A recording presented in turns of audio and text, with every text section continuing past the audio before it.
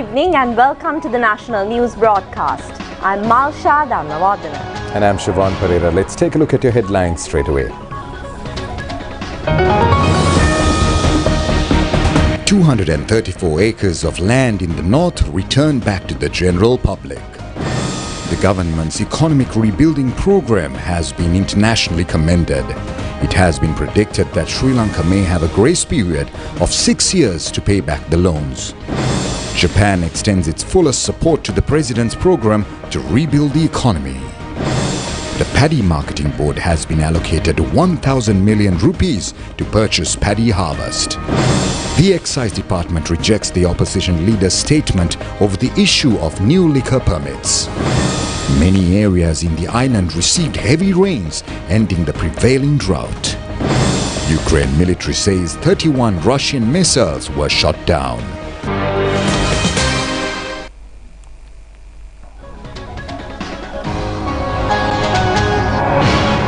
On to those and other stories in detail now, starting with your local stories. President Ranil Wickremesinghe has instructed officials to ensure completion of the National Urumaya Freehold Deed Program by June. Now, President Ranil Wickremesinghe made these remarks while attending the Urumaya Freehold Deeds Program held in the Ottagampulam in Jaffna this morning.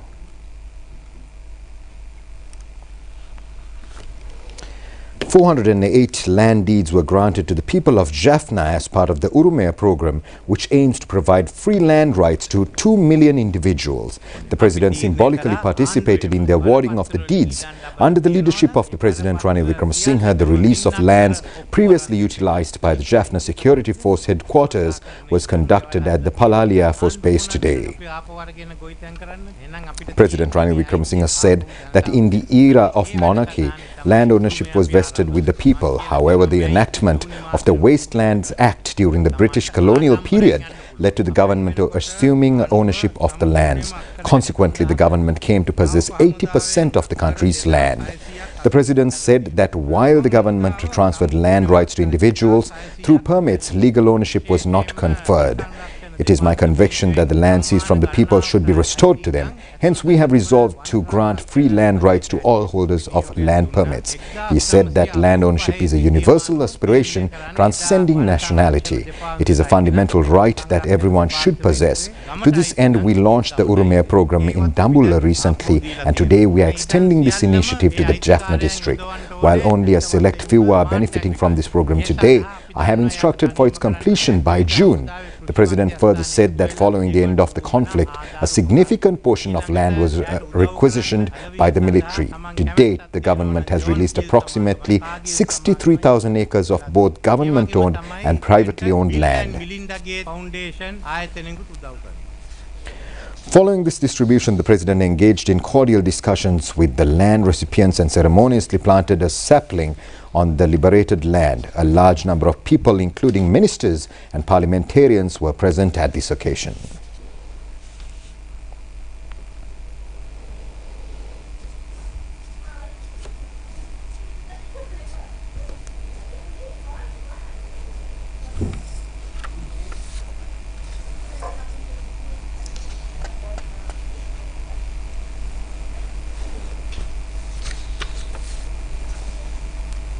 Now, Sri Lanka is expected to get a debt moratorium up to 6 years and a reduced interest rate during the repayment period from Paris Club and India. This was revealed by the Hindu newspaper in a report published today. According to the report published by the Hindu, Sri Lanka is on a verge of finalizing a debt restructuring plan in collaboration with India and the Paris Club. The Hindu was citing a Colombo-based source and mentioning that the negotiations of the debt restructuring have reached an advanced stage. Meanwhile, IMF and the international organizations commended Sri Lanka for the successful process of economic reforms introduced to strengthen the economy.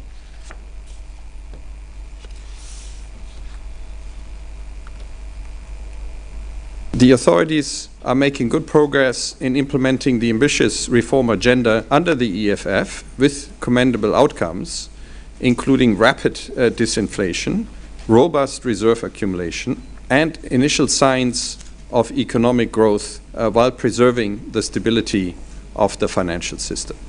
Public finances have strengthened following substantial fiscal reforms. Program performance overall was strong, with all quantitative performance criteria and indicative targets for end December 2023 met, except for the indicative target on social spending. Most structural benchmarks due before the end of February were either met or implemented with delay. Reforms in some areas are still ongoing. The economic situation is gradually improving. Growth turned positive after 6 consecutive quarters of contraction, registering 1.6% and 4.5% year-on-year in the third and fourth quarter of 2023, respectively. And moreover, high-frequency economic indicators point to a continued pickup in manufacturing, construction and services. Inflation has come down from a peak of 70% in September 2022 to 5.9% in February of 2024, and gross official reserves increased to $4.5 billion at end February, with sizable foreign exchange purchases by the central bank. Sustaining the reform momentum going forward is critical, is absolutely critical to put the economy on a path towards lasting recovery and stable and inclusive economic growth. We welcome the authorities' commitment to fiscal reforms.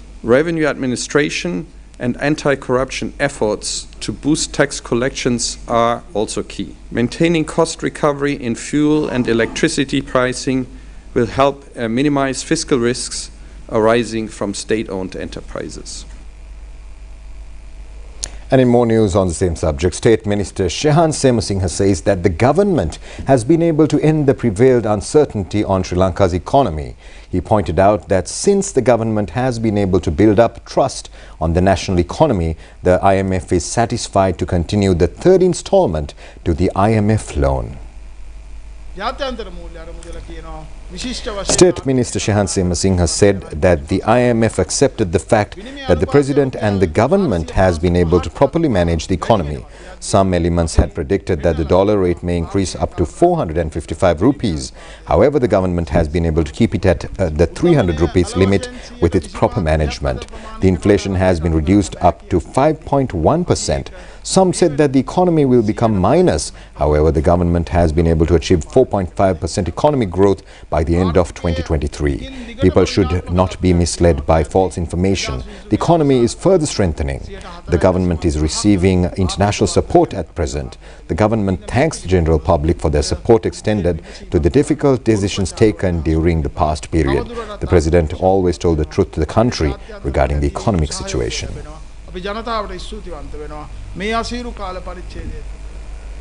Now, the Japanese ambassador to Sri Lanka, Mitsukoshi Hideaki, expressed Japan's support for the current program aimed at rebuilding Sri Lanka's economy. These remarks were made during his keynote address at a panel discussion on economic development and modernization with lessons from Japan, chaired by President Ranil Wickremesinghe at the Grand Bell Hotel in Colombo yesterday, organized by the geopolitical cartographer.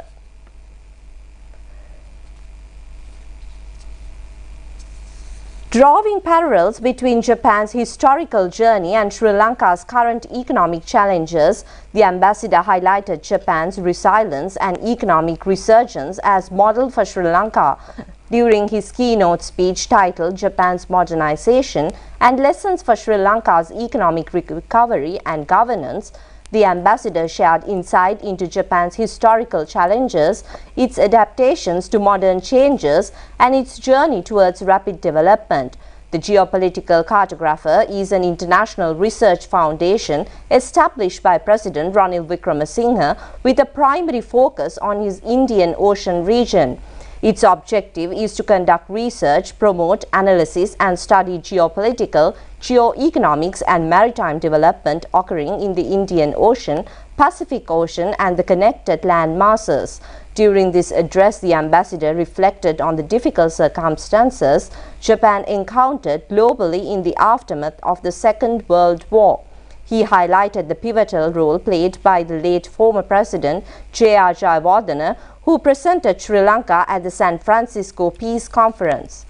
Despite the international community's widespread condemnation of Japan at the time, President Jayawardena's statement paved the way for Japan's eventual resignation into the international community.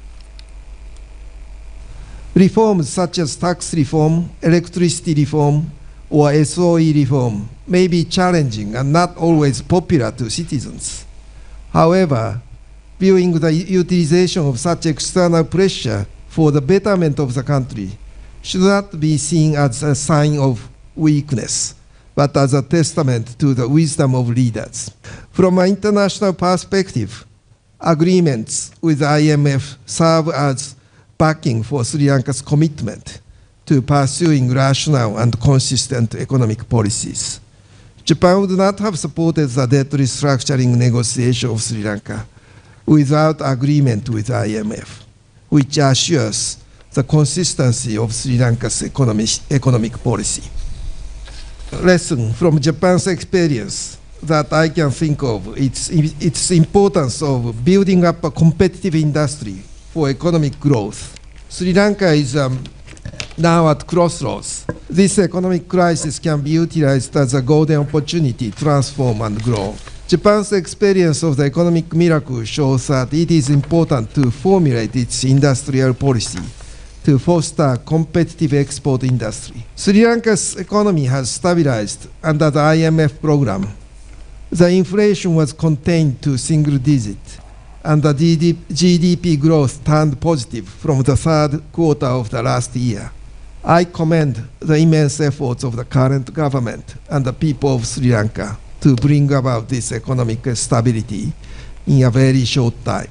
However, without a competitive export industry, once Sri Lanka lifts its import restrictions, therefore, after achieving the stabilization, it is essential to build up a competitive industry that can push sustainable development of the country. In building up industries, Sri Lanka may learn lessons from Japan's industrial policies. It is important not to protect a loss-making industry with government money out of favoritism, but to ensure a smooth transition from a competitive industry to a more competitive sector with a future.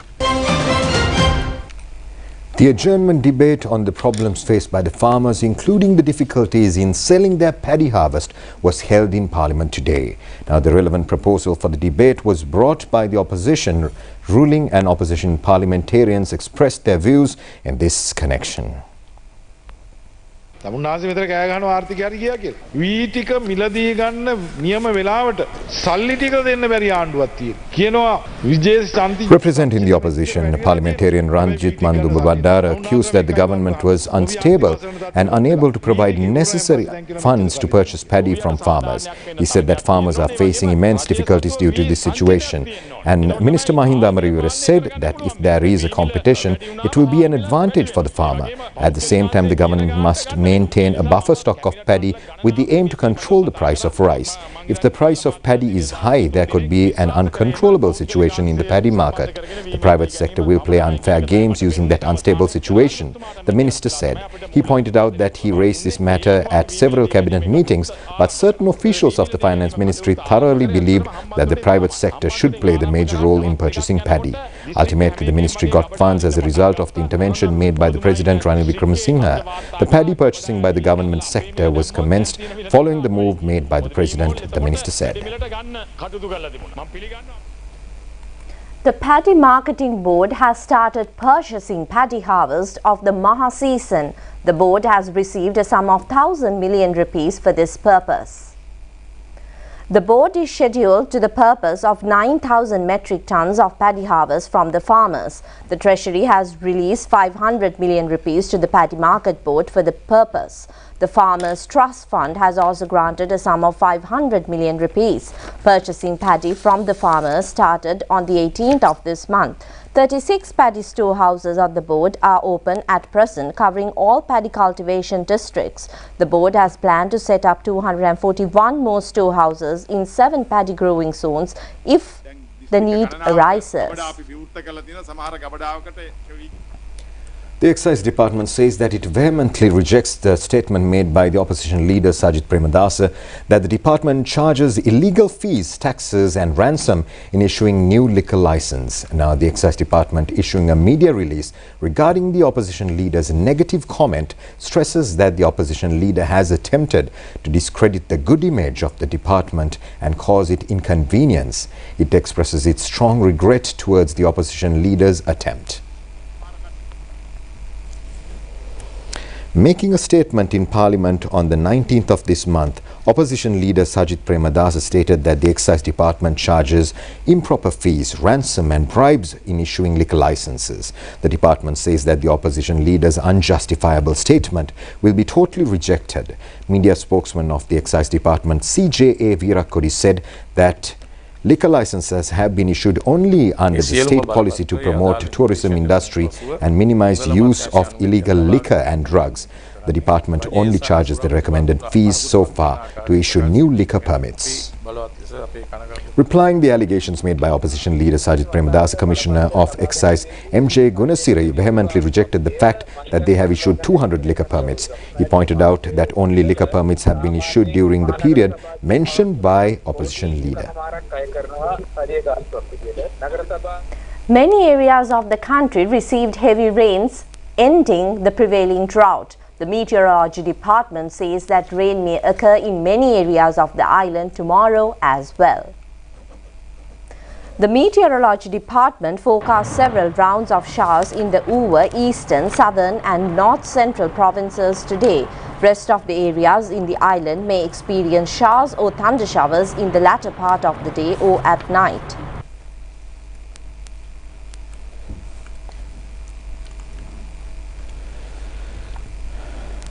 Duty meteorologist Meryl Mendes said that the heavy rain weather condition can be expected during the next 5 days as well. However, this is a temporary change in the weather pattern. The dry weather condition may last thereafter.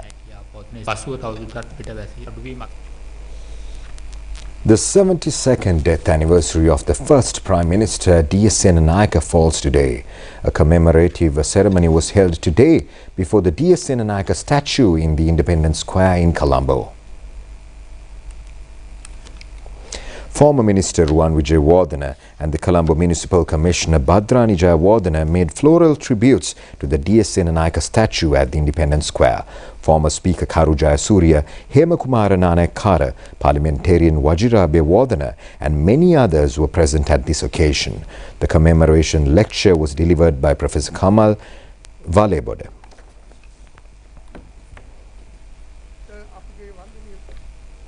Minister Dr. Ban says that to have a growth in the construction sector, the increase rate should be in a single digit. He made this comment at a ceremony held in Colombo today.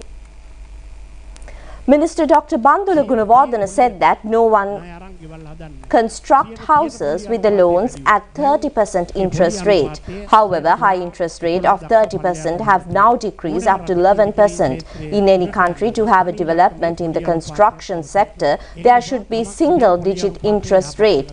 It is satisfactory that the interest rate is gradually decreasing. Earlier, the 70% inflation has now decreased up to 6%. There is no political solution for the economic crisis. It should be solved only through an economic solution.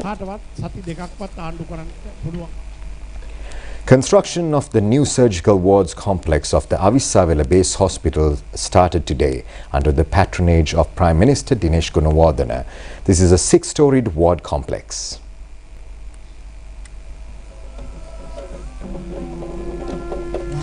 The building complex has 8 modern theatres and wards comprised with 600 beds. Prime Minister Dinesh Gunawardena says that this new ward complex creates opportunity for the people in Ratnapura, Kegol and Gampaha districts to obtain quality health service. Prime Minister Dinesh Gunawardena said that he worked hard with the President during the past 2 years to bring the troubled country back to normalcy. We have to work hard to bring happiness to the country in the future. Minister Manusha Nanayakkara says that a successful leadership is needed to strengthen the dollar flow and to steer the economy forward. The minister stresses that no room should be allowed to take the country backwards again. He made these remarks at the Jayagamu Sri Lanka program launched at Matale today to provide foreign employment opportunities to the youth in the area.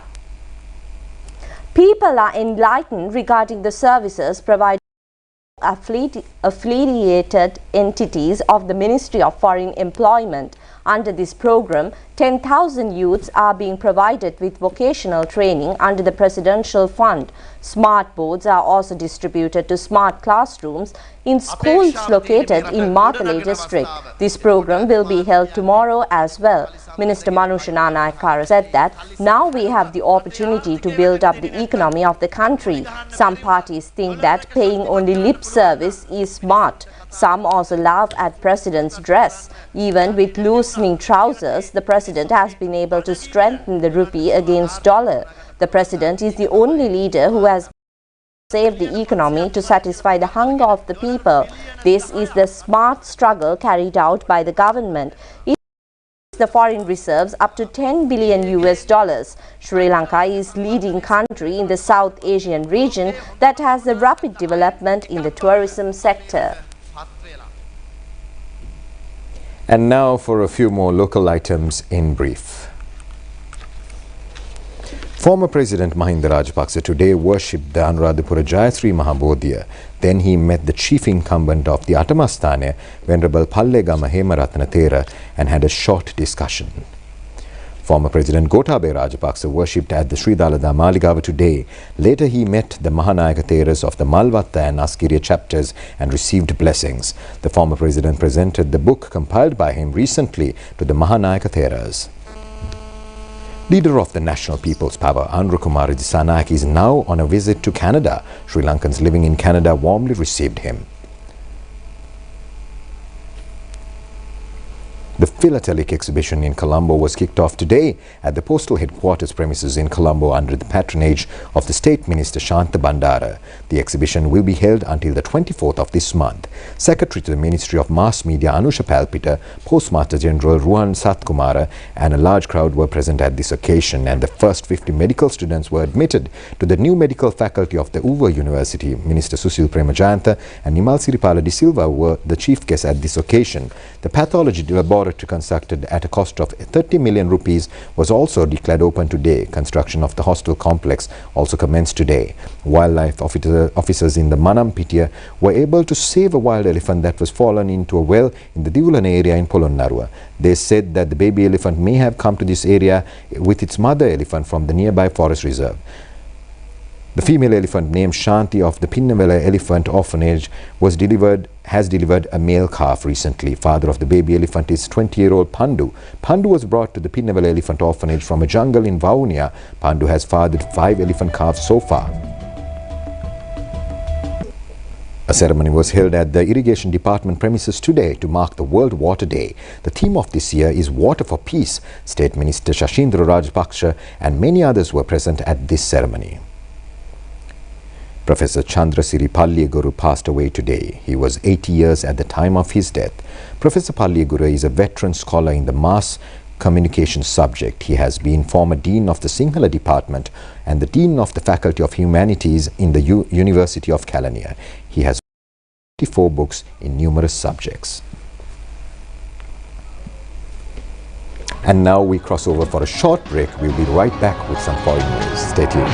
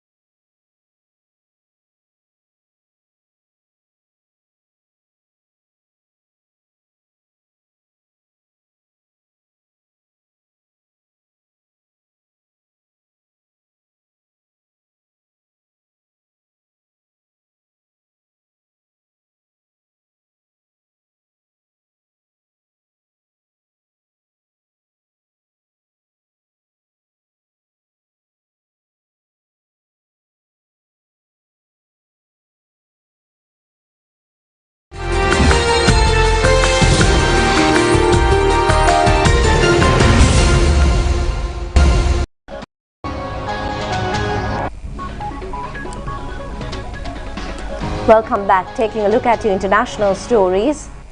Foreign media reports that a series of Russian missiles have targeted Kiev. Ukraine authorities say that the air defense system have intercepted 31 missiles launched by Russia overnight. Ukraine's Air Force said that at least 17 people, including a child, were injured by the falling debris. It is the largest Russian attack in weeks and follows a vow from Moscow for revenge over recent attacks by Ukraine on its border regions. The attack prompted Ukraine's President Zelensky to renew his call for more military aid from Western allies. The head of the city military administration said on Telegram that as a result of the successful combat operations, all rival missiles were shot down over Kiev and on the approaches to the capital. The attack left a large round crater in the street. Officials in the nearby Sumy region emphasized that more than 300 people had been forced to flee. More were being evacuated. He launched, but he has now vowed to go on fighting, to go on prosecuting after he's just secured A key Indian opposition leader was arrested today over an alleged corruption case in a move that Alis claimed was politically motivated just weeks before the country's votes in the world's largest democratic election. Arvind Kejriwal, the Delhi chief minister, was taken into custody following a raid at his residence in the capital by the Federal Financial Crimes Agency, member of his party declared. Kejriwal's arrest comes as tensions run high ahead of the crucial election in which Modi is widely expected to leave the opposition languishing despite sharp criticism over his perceived erosion of the country's democratic founding principles.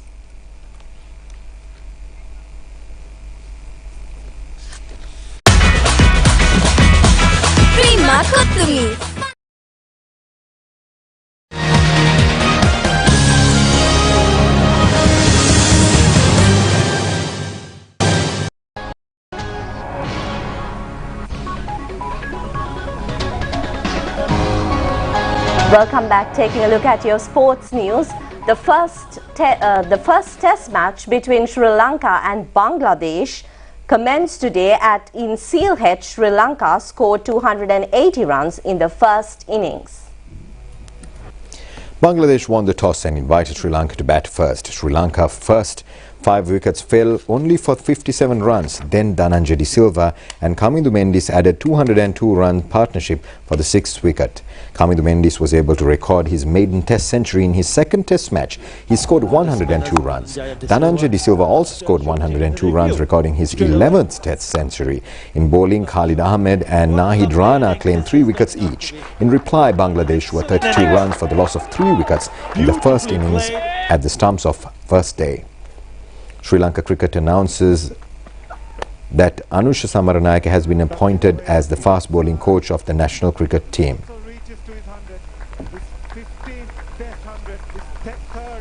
Bangladesh. Beg your pardon, it's 11th test. Another wicket for Rana on debut. That was it. Rishabh Fernando was undone by a beauty. Got a boundary, but then got flung. Who then removed skipper Nautilus and Shanto. Half before he too was caught at slip by a brilliant. And from Bangladesh, we move on to local sports news. Sri Lanka cricket announces that Anusha Samaranayake has been appointed as the fast bowling coach of the national cricket team. He has signed a 2-year contract. Anusha Samaranayake was the national team's first fast bowling coach from 2008 to 2015 as well. Meanwhile, Dr. Hashan Amaratunga has been appointed as the sports nutrition of the national cricket team for a period of 1 year. He will be responsible for the nutrition of the players of all national cricket teams. Jonathan Porter has been elected as the physiotherapist of the national cricket team for a period of 2 years. The 90th Battle of the Saints, the big match between the St. Peter's College Bambalapitiya and St. Joseph's College Maradana, commenced today at the SSC grounds in Colombo. Batting first, St. Peter's College team scored 270 runs in 9 wickets in the first innings. Dilana Damsara scored 103 runs. Yenula Deuthusa claimed 4 wickets in reply. St. Joseph's team was 91 runs for 1 wicket in the first innings at the end of the first day. Ruhunu Battle of the Blues, the big match between St. Thomas and St. Servatius College in Mathura, commenced today for the 124th occasion at the Uyanwatta ground. Veteran cricketer Sanath Jayasuriya graced this occasion as the chief guest. Batting first, St. Servatius College team scored 130 runs all out in the first innings.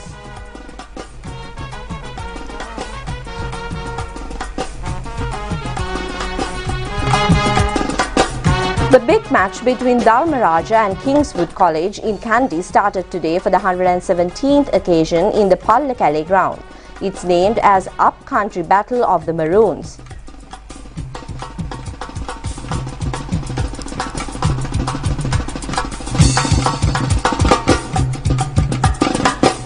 The Battle of Kotte, big match between Sri Jayawardhanapura College and St. Thomas College in Kotte, began today for the 45th occasion. The match is being played at Pisara Oval Grounds in Colombo.